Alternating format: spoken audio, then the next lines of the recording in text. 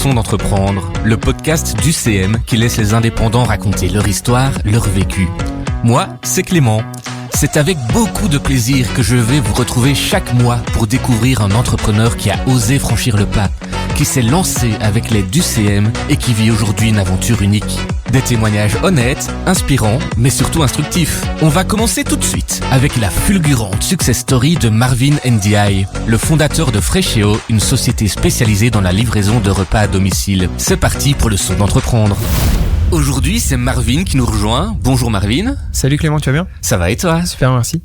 Bon Marvin, j'ai une première question pour toi. Est-ce que tu peux me donner ton âge ? J'ai 26 ans maintenant. Et tu t'es lancé en 2018, c'est ça ? Exactement. Donc, si mes calculs sont bons, tu devais avoir quoi, 20-21 ans ? Exact. Et comment est-ce que tu as décidé de te lancer en tant qu'indépendant à cet âge-là ? Alors en fait, je suis devenu indépendant parce qu'il restait plus que ça en fait. Techniquement, il n'y avait pas vraiment beaucoup d'options pour les gens comme moi. Je dis les gens comme moi, c'est les gens tu vois qui aiment pas trop l'école, qui sont un peu des électrons libres. Je suis pas artiste, je suis pas sportif, donc ça se voit. Et du coup, en gros, il restait plus qu'un autre moyen de s'exprimer qui était l'entrepreneuriat. Et du coup, en gros, je suis le devenu un peu par défaut, en fait. Il restait plus que ça. Tu sais, dans la vie, on va dans des endroits, il y a des zones qui existent, et l'entrepreneuriat, c'était un truc qui me correspondait le mieux.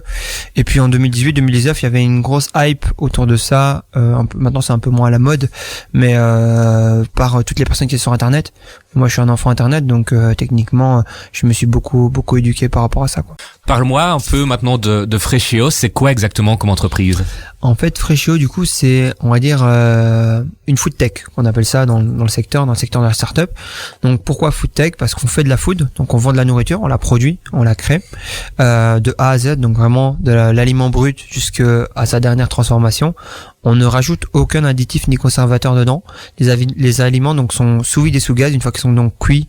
Exemple, je vais prendre un exemple vraiment simple, un spaghetti bolognaise. Une fois que les pâtes sont cuites, la bolognaise est terminée, qu'on n'a rien rajouté dedans, on enlève l'air qu'il y a dedans, on rajoute du gaz alimentaire, ce qui fait une conservation de 7 jours.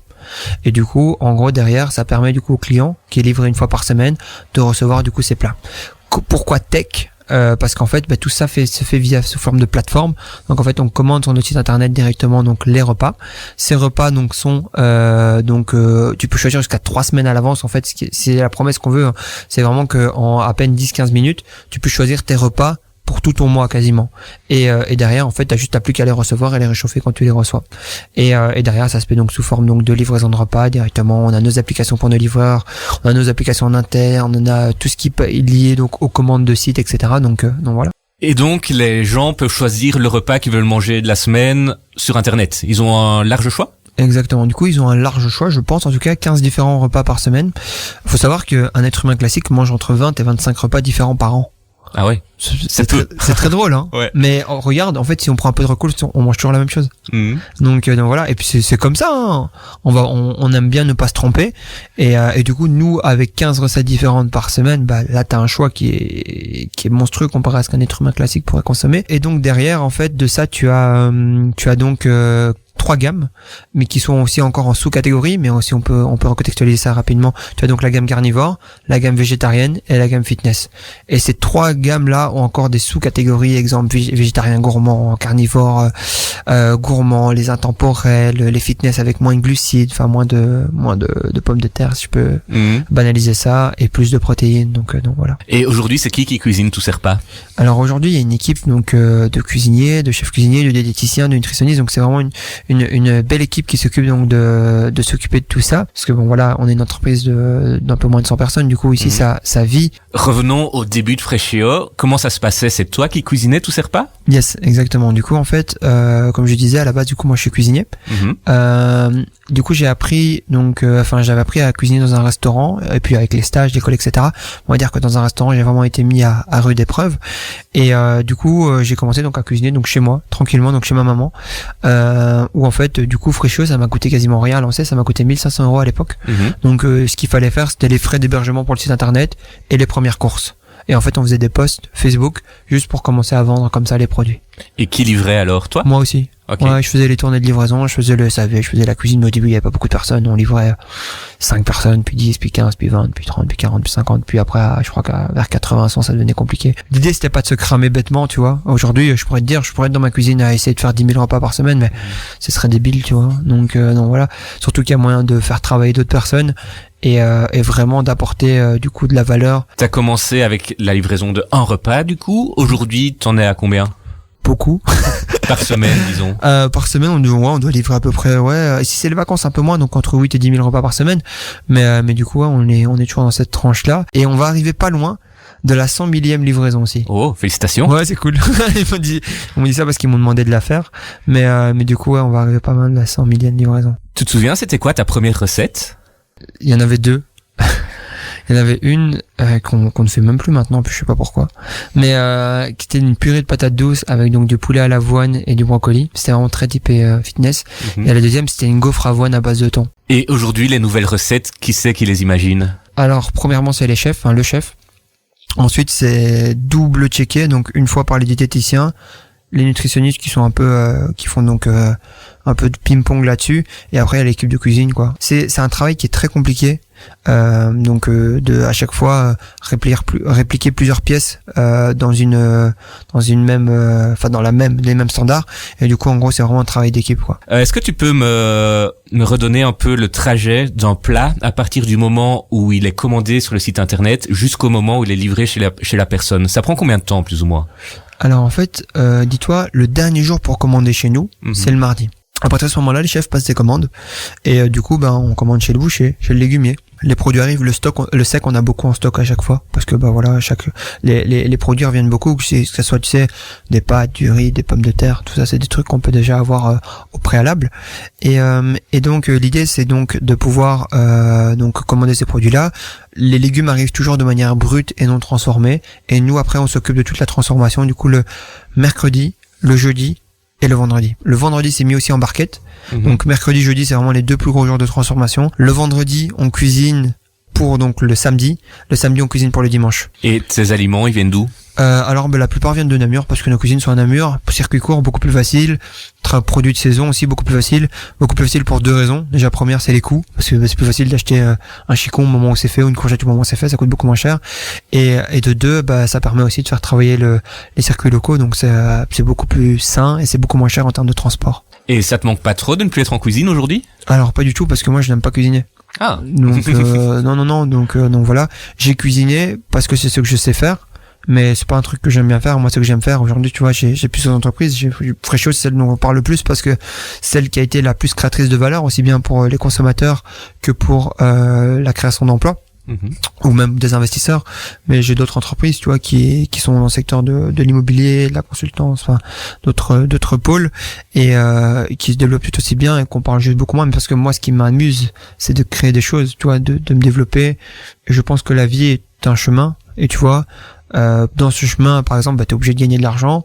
Pour gagner de l'argent, les entreprises, c'est un des meilleurs moyens, parce que n'oublions pas que le but d'une entreprise, c'est quand même de gagner de l'argent avant tout. Et du coup, voilà comment je vis mon parcours. Mais pour moi, c'est un chemin que je fais, tu vois. Fréchot est une aventure en toute. Si, entre guillemets, je la tiens jusqu'à la fin de ma vie, et c'est ma volonté, ça sera le cas. Si jamais je dois la vendre, ou si jamais je sais pas, j'en sais rien, moi, il se passe un truc qui doit pas se passer, parce qu'on on n'est pas à l'abri d'un Covid ou d'un autre truc. Enfin, je ne suis pas un surhumain. Donc voilà, j'ai eu de la chance, je suis sur le bon marché au bon moment, et puis je travaille en conséquence, et voilà, quoi. Et aujourd'hui, tu peux dire que tu atteins tes objectifs au niveau de l'argent? Non, parce que en fait, si tu veux, alors concernant, on va dire le Marvin enfant, parce que moi je pense un adulte ne fait que réaliser les rêves de quand il était enfant, tu vois. Donc concernant cette personne-là, oui, clairement, parce qu'aujourd'hui j'ai pas de soucis financiers et j'ai cette chance, je touche du bois. Et donc voilà, mais maintenant non, parce qu'en fait ce qui se passe, c'est que du coup, tu sais, c'est comme dans n'importe quel domaine. Quand tu joues au foot, quand tu joues au ping-pong, peu importe, en fait t'évolues. Et en fait, en évoluant, tu tombes sur des mecs qui jouent au même jeu que toi et qui sont tout aussi bons. Et toi, t'es un mec qui a envie de te dépasser. Et du coup, en fait, tu veux juste faire mieux. Du coup, est-ce que le Marvin d'aujourd'hui est satisfait de sa situation? Non. Est-ce que le Marvin d'aujourd'hui est satisfait de la situation par rapport à la personne qu'il a toujours été? Oui, parce que à la base, on n'avait pas d'argent. Et du coup, c'est cool. Tu l'as dit, t'es actif dans plusieurs secteurs. Est-ce que t'as toujours été un touche-à-tout? Ouais, j'aime bien. J'aime bien tout faire. Dans ton enfance, ça se traduisait comment, par exemple? Alors, dans mon enfance, ça se traduisait par un enfant qui faisait 3-4 sports par semaine. Donc, j'ai fait ping-pong, judo, football, natation.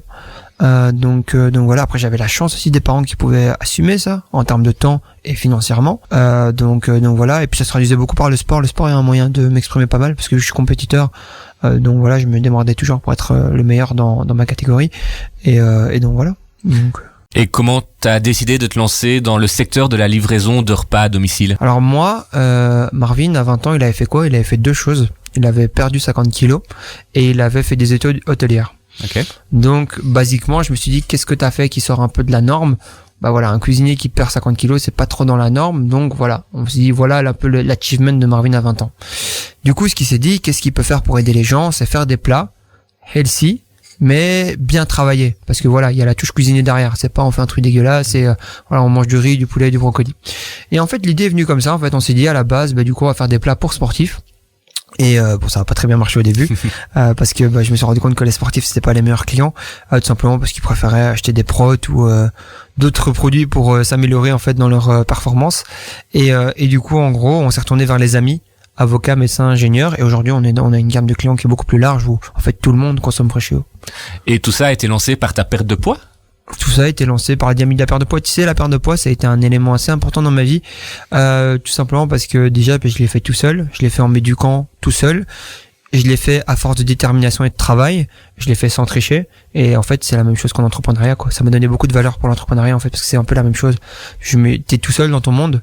Donc voilà, t'as des conseillers, mais voilà, un mec qui va te conseiller ce régime-là, c'est pas le mec que ça va marcher pour ce régime-là, etc., etc. C'est l'entrepreneuriat, c'est pareil, on va te donner des conseils, mais qui sont peut-être pas pertinents pour ton domaine ou ton secteur. Donc voilà, pour moi, ça a été une bonne formation, cette perte de poids. Tu parlais de tes parents. Comment est-ce qu'ils ont réagi quand t'as dit que t'allais te lancer en tant qu'indépendant à 20 ans? Bah écoute, en fait, je suis déjà devenu indépendant parce que moi, j'ai perdu mon papa en 2015, tu veux. Et du coup, en gros, devenir indépendant, ma maman est un léger, on va dire, souci au niveau des jambes, ce qui fait que ça l'handicape pour sa vie. On est 5 enfants et moi j'ai commencé à travailler pas parce que je sais pas, je voulais une meilleure voiture ou une meilleure maison. J'ai commencé à travailler juste pour que ma famille soit bien, en fait, tu vois, qu'on ait la chance d'avoir un toit sur la tête, mais qu'on soit sûr que les huissiers viennent pas, qu'on puisse manger tous les jours à notre faim, que je suis pas obligé de regarder les courses pour aller au magasin, pour des trucs qui sont beaucoup plus profond que superficiel, tu vois. En tout cas, de ce que j'entends moi, encore une fois, tu vois. Il y a des gens pour qui, par exemple, en Afrique, ce que je dis là, c'est superficiel, parce qu'ils ont même pas d'eau.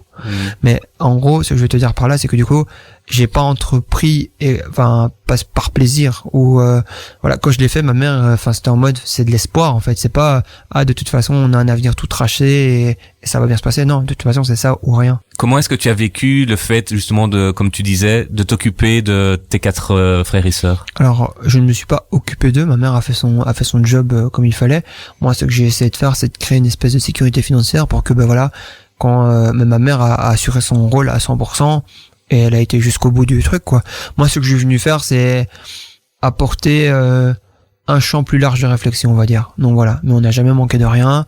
Donc voilà, c'était pas la fête, mais donc voilà, parce que mes parents ont connu sur leur parcours, en fait, j'ai eu un parcours où en fait ils avaient beaucoup d'argent, puis plus du tout. Et du coup, en gros, ça a été un long parcours pendant cette période-là. Et donc ma mère a essayé de faire en sorte de faire un maximum en ayant des travails le soir malgré toutes ces difficultés de santé. Et donc voilà, elle a assuré. Est-ce que tu peux me dire un peu quel est le secret de ta réussite fulgurante? Entourage, mentor, contact. C'est-à-dire? Entourage, parce que je pense que tu sais, un truc que j'ai fait qui est très difficile et que la plupart des gens ne sont pas capables de faire, c'est couper avec toutes les personnes du passé. Donc aujourd'hui, beaucoup de gens vont te dire, peut-être qu'ils m'ont fréquenté il y a quelques années, qui vont dire ouais, Marvin il a changé, et c'est vrai, parce que voilà, tu peux pas grandir dans l'environnement qui est trop malade. Mais donc moi par exemple, tu vois, j'ai dû passer moins de temps avec mes grands-parents parce qu'à chaque fois que je vais voir mon grand-père, il me dit ça va aller, t'es sûr? Et en fait, c'est pas malveillant. Encore une fois, il y a des gens c'est juste malveillant, il y a des gens c'est juste des bâtards, tu vois. Mais tu vois, mon grand-père, c'est genre mode, il préférait que je sois chef dans un restaurant plutôt que je fasse ce que je fais, tu vois. Et je le comprends, c'est bienveillant et tout. Et aujourd'hui encore, il préférait ça, tu vois. Donc c'est très marrant, le conditionnement des gens. Et du coup, ouais, je pense que le truc le plus dur que j'ai fait, Alors pas sur des amis ou quoi, parce qu'il y a personne que je regrette dans ce passé-là, mais sur ma famille, devoir passer des fois moins de temps avec ma famille au début, tout cas de Freshio, et même des fois encore maintenant. Là, tu vois, je parle d'un déménagement aux États-Unis, donc c'est pas cool. Tu vois, mes grands-parents ils prennent pas l'avion, etc. Enfin, donc voilà, et du coup, bah c'est encore des sacrifices, quoi. Donc je dirais quoi, c'est faire le sacrifice sur ça. En fait, c'est faire le sacrifice sur le passé pour que toutes les générations futures puissent donc imaginer un futur qui n'était pas prévu pour les gens de mon ethnie ou qui portent mon nom. Et pourquoi tu souhaites déménager aux États-Unis? Alors, en fait, pour des règles de proportion. Il faut savoir que je ne parle pas très bien anglais, mais c'est souvent le truc que j'aime bien dire, parce qu'en fait, si tu veux, les États-Unis, tu vas faire les mêmes efforts que maintenant, mais par contre, tu n'auras pas les mêmes résultats. Je vais te prendre un exemple simple. Moi, je viens donc de Bambois, Fos-la-Ville, donc dans le coin, c'est dans le fond de la Wallonie. Et en gros, si tu veux, les maisons les plus chères autour de moi, tu vois, si t'as une maison à 600 ou 700 000, moi je te parle des prorata il y a 10 ans, donc maintenant aujourd'hui le monde a changé, c'est un truc de malade déjà, tu vois. À Bruxelles, maintenant les standards sont un peu plus hauts, le marché de l'immobilier est un peu parti en cacahuète, et du coup maintenant t'as des maisons à 5-6 millions, tu vois. Là t'es déjà, on va dire, en Belgique, t'es le roi du monde, entre guillemets, on s'entend bien, parce que tu n'es pas le roi du monde avec de l'argent. Mais aux États-Unis, t'as des maisons à 50 ou 60 millions. Au bout d'un moment, c'est des humains comme toi et moi qui le font. Donc pourquoi, pour le même monétaire, tu vois, je vais aller commencer à m'embêter sur un petit marché comme la Belgique, alors que je peux aller travailler de la même manière aux États-Unis. Et au final, avoir un échec aux États-Unis, c'est une réussite en Belgique. Le but, c'est donc de lancer Freshio aux États-Unis? J'aimerais lancer Freshio aux États-Unis. Je sais pas si ça sera la proposition de valeur exacte par rapport à ce que je vais faire. Par contre, ce que je vais faire, c'est que je vais faire du business aux États-Unis. Je vais rentrer dans un secteur. Je vais avoir une proposition de valeur unique. Et je serai le meilleur dans ce que je vais faire. Tu parlais de ta famille, comment est-ce que tu fais pour trouver un équilibre entre vie professionnelle et vie privée? Je n'ai pas d'équilibre entre vie professionnelle et vie privée. Je vis au rythme de mes petits frères. Quand ils me demandent trop pour me voir, bah je les vois. Et quand j'ai la chance qu'ils soient un peu plus conciliants et qu'ils comprennent ce que je fais, bah je travaille. Donc voilà, je n'ai pas d'équilibre. L'équilibre, c'est pour les autres. 1 an et demi après l'ouverture de Freshio, la Belgique a été touchée par le Covid. Comment est-ce que tu l'as vécu, ça? Alors en fait, le Covid, c'est une expérience hyper intéressante. Beaucoup de gens pensent que pendant le Covid, j'ai explosé, tu vois. Alors qu'en fait, j'ai fait plus de croissance toutes les autres années que celle du Covid. En fait, ce qui est intéressant avec le Covid, c'est que ça m'a pas ralenti. Et ça a été ma force comparé à beaucoup d'acteurs où j'ai beaucoup d'amis, où j'étais très triste pour eux parce que quand ton activité, elle est bloquée, c'est quand même hyper triste, tu vois. Franchement, là, c'est vraiment en dehors de, tu sais, là, il y a pas de la dernière technique marketing où t'es sur le bon marché, où t'as le meilleur produit ou quoi, t'es arrêté. Mais le Covid a été une leçon aussi pour beaucoup d'entrepreneurs où moi j'ai des amis qui avaient des hôtels qui n'ont jamais aussi bien travaillé pendant le Covid. Donc en fait, si tu veux, ça a toujours l'idée de, il y a un événement, comment tu vas prendre l'événement. Moi, j'ai eu la chance de pas devoir revoir mon business model par rapport à ça. J'ai pu rester sur la même ligne directrice. Mais objectivement, enfin voilà, même si j'avais été arrêté, j'aurais fait autre chose. J'aurais gagné de l'argent pendant le Covid. Est-ce que tu peux un peu me dire quels sont généralement les retours de tes clients? Alors, positif ou négatif? Les deux? Ok. En négatif, ce qu'on a, c'est prix trop élevé. On a et les gens aimeraient bien que ce soit sans abonnement. Donc, et il y a des gens qui disent qu'on propose pas assez de plats aussi. Donc voilà, c'est toujours marrant, mais tu sais, l'être humain est comme ça et c'est chouette. Et en positif, je dirais qu'on a une gamme de plats très variée justement. Justement qu'on a pris des bons prix par rapport au marché, qu'on a une flexibilité qui est monstrueuse par rapport aux clients. Les gens aiment bien aussi l'interaction qu'on a avec la communauté. Moi, j'ai créé une cuisine juste pour que des gens puissent venir voir comment sont faits les plats, tu vois. Ah ouais? Ouais, c'est du coup, important. si je veux, je peux venir voir la cuisine de Freshio. Une fois tous les troisième vendredi de chaque mois, on prend une dizaine de clients qui sont invités à venir donc visiter. Ils peuvent s'inscrire sur une liste, ils viennent visiter la cuisine. C'est pour ça que pour moi, c'est un des plus bels ateliers aussi de Wallonie. L'idée, c'était une pharmacie et ça a été vraiment la vision de cette cuisine et du coup, elle a été exécutée quasiment parfaitement, donc c'est chouette. Et c'est quoi le plus beau compliment qu'un client puisse te faire? Qu'on l'aide dans son quotidien. Les personnes que je suis le plus heureux de servir, c'est les personnes à mobilité réduite. Déjà, ça me touche personnellement parce que ma maman, tu vois, est dans ce cas-là. Les personnes âgées. Et après, tu vois, tous les clients qui te disent que t'es en train de les aider à faciliter leur vie, ça te touche, tu vois. Après, c'est clair que, voilà, il y a des gens, tu sais, pour qui c'est un luxe. Il y a des gens, tu sais, pour qui c'est une nécessité. Et la nécessité me touche plus, quoi. Personnellement, après, voilà, j'ai autant de respect pour chacun de mes clients. Et est-ce que tu sais me dire quelle est la plus belle expérience ou le plus beau retour que tu as eu depuis que tu as lancé Freshio? Je peux pas te dire c'est quoi le mieux, parce que je vis dans un monde positif. Donc pour moi, tout est assez positif en soi. Franchement, je saurais pas te dire. Comme ça, on a des beaux messages quasiment de manière journalière de nos clients via le SAV que je lis régulièrement. Un des trucs les pires qui me sont arrivés, ça c'est par contre, et ça fait la deuxième fois maintenant sur les 5 ans à peu près de Freshio, c'est qu'on a eu des clients qui sont décédés. Ah, ouais. Ouais, c'est sous forme d'abonnement. Bah dans ce cas-là, on envoie des fleurs. Enfin, en tout cas, on l'a fait 2 fois. Donc voilà. Après, ça tombe, il y a des gens, on nous a pas dit qu'ils étaient décédés, tu vois, mais il y a 2 fois, on avait pris conscience de ça. Et la première fois, c'était hyper assez bizarre en fait. Parce que bah juste t'as un message d'un proche qui te dit vous pouvez couper la domiciliation, c'est une forme d'abonnement, parce que bah un tel est décédé, et dans ce cas-là ça fait un petit choc quand même, tu vois, parce que faut pas croire que les clients sont des numéros ou quoi. Moi j'ai encore très conscience que chaque plat qu'on crée, c'est quelqu'un qui ouvre son plat et qui le déguste, donc voilà. Et du coup c'était hyper bizarre, donc voilà. Est-ce que tu pourrais nous partager une ou 2 anecdotes que t'as vécues sur ton lieu de travail, quelque chose, je sais pas, d'un peu fou que tu aurais vécu? Je sais pas si vous êtes un peu bagnole ou pas du tout. Pas trop, mais vas-y. Eh ben écoute, on a un client qui a une Bugatti. Donc voilà, et il a fait une photo de Freshio dans une Bugatti. J'ai puré, Freshio est monté en Bugatti avant moi. Donc ça c'était hyper drôle. Et pour revenir sur le principe du coup du roi, on a été mercredi passé apporter des plats pas au roi mais au conseiller du roi. Donc voilà. Et du coup on devait donc du coup y aller, et du coup ça a été reporté au dernier moment, et du coup ça sera donc pour septembre, donc peut-être que on apportera des plats au roi. Donc voilà. Et tu ressens quoi quand tu reçois ce genre de propositions, enfin de demandes plutôt? C'est super chouette, mais moi je suis surtout fier pour les équipes, quoi. C'est eux qui sont contents. Donc voilà. Moi tu sais aujourd'hui en fait, quand t'es entrepreneur, tu deviens immunisé contre beaucoup d'émotions, tu vois. Parce que vu que ta journée, c'est que des hauts et des bas, tu peux pas toute la journée être en haut et en bas. Donc en fait, toute la journée, moi, je suis assez comme ça. Donc peu importe qu'il se passe un truc exceptionnel ou très nul, je m'en fous en fait. C'est une information, je la traite. Mais par contre, du coup, pour les équipes, ça leur a fait super plaisir, quoi. Donc c'était chouette, c'était vraiment chouette. Aujourd'hui, quand tu regardes ton parcours, quel est le sentiment qui ressort? Tu peux mieux faire. Peut mieux faire. Ouais. C'est déjà pas mal pourtant, non? Peut mieux faire, non, peut mieux faire. Parce que je pense que je peux travailler plus, mieux, et proposer encore plus de valeur aux gens. Qu'est-ce qui te rend le plus fier au quotidien? Je suis hyper content de la vie que j'ai aujourd'hui. Et du coup, je dirais que c'est un tout. Tu sais, moi, à la base, je suis content juste de pouvoir me lever le matin et d'être en bonne santé. Hein. Vraiment, ça, c'est très basique. Donc, en fait, tu vois, je pourrais te dire des trucs matériels énormes ou des trucs plus touchants liés à la famille. Mais en fait, moi, je suis juste content d'être en bonne santé, en fait. Et tu penses que c'est indispensable aujourd'hui d'être actif sur les réseaux sociaux pour réussir? Je pense que c'est un outil qui est comme les autres, qu'il faut savoir l'utiliser correctement.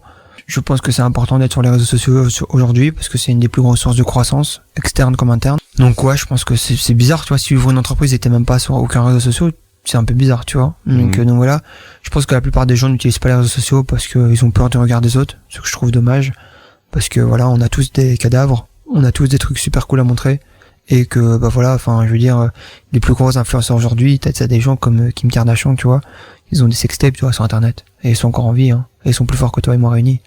Donc en vrai, c'est juste dommage de s'arrêter au regard des autres pour ne pas pouvoir exprimer sa passion et qui on est. Et si tu avais un conseil à donner à quelqu'un qui hésite à se lancer, ce serait quoi? Bah qu'il y a plus de risques à pas se lancer que de se lancer, parce qu'à la fin, bah c'est sa vie qui est perdue, pas celle des autres qui l'auraient jugé. C'est déjà la fin de ce premier épisode. Merci Marvin d'être venu te confier dans le son d'entreprendre. C'était passionnant, ton parcours est vraiment fascinant. Merci beaucoup à vous pour l'invitation et je vous souhaite encore plein d'invités. Un grand merci. Quant à nous, on se retrouve très bientôt pour un nouvel épisode du Son d'entreprendre. Nous prendrons une direction tout à fait différente pour écouter le témoignage de Marc, qui a osé abandonner son statut d'employé pour développer son activité d'indépendant dans le graphisme. D'ici là, n'hésitez pas à vous abonner à ce podcast sur votre plateforme préférée. À la prochaine!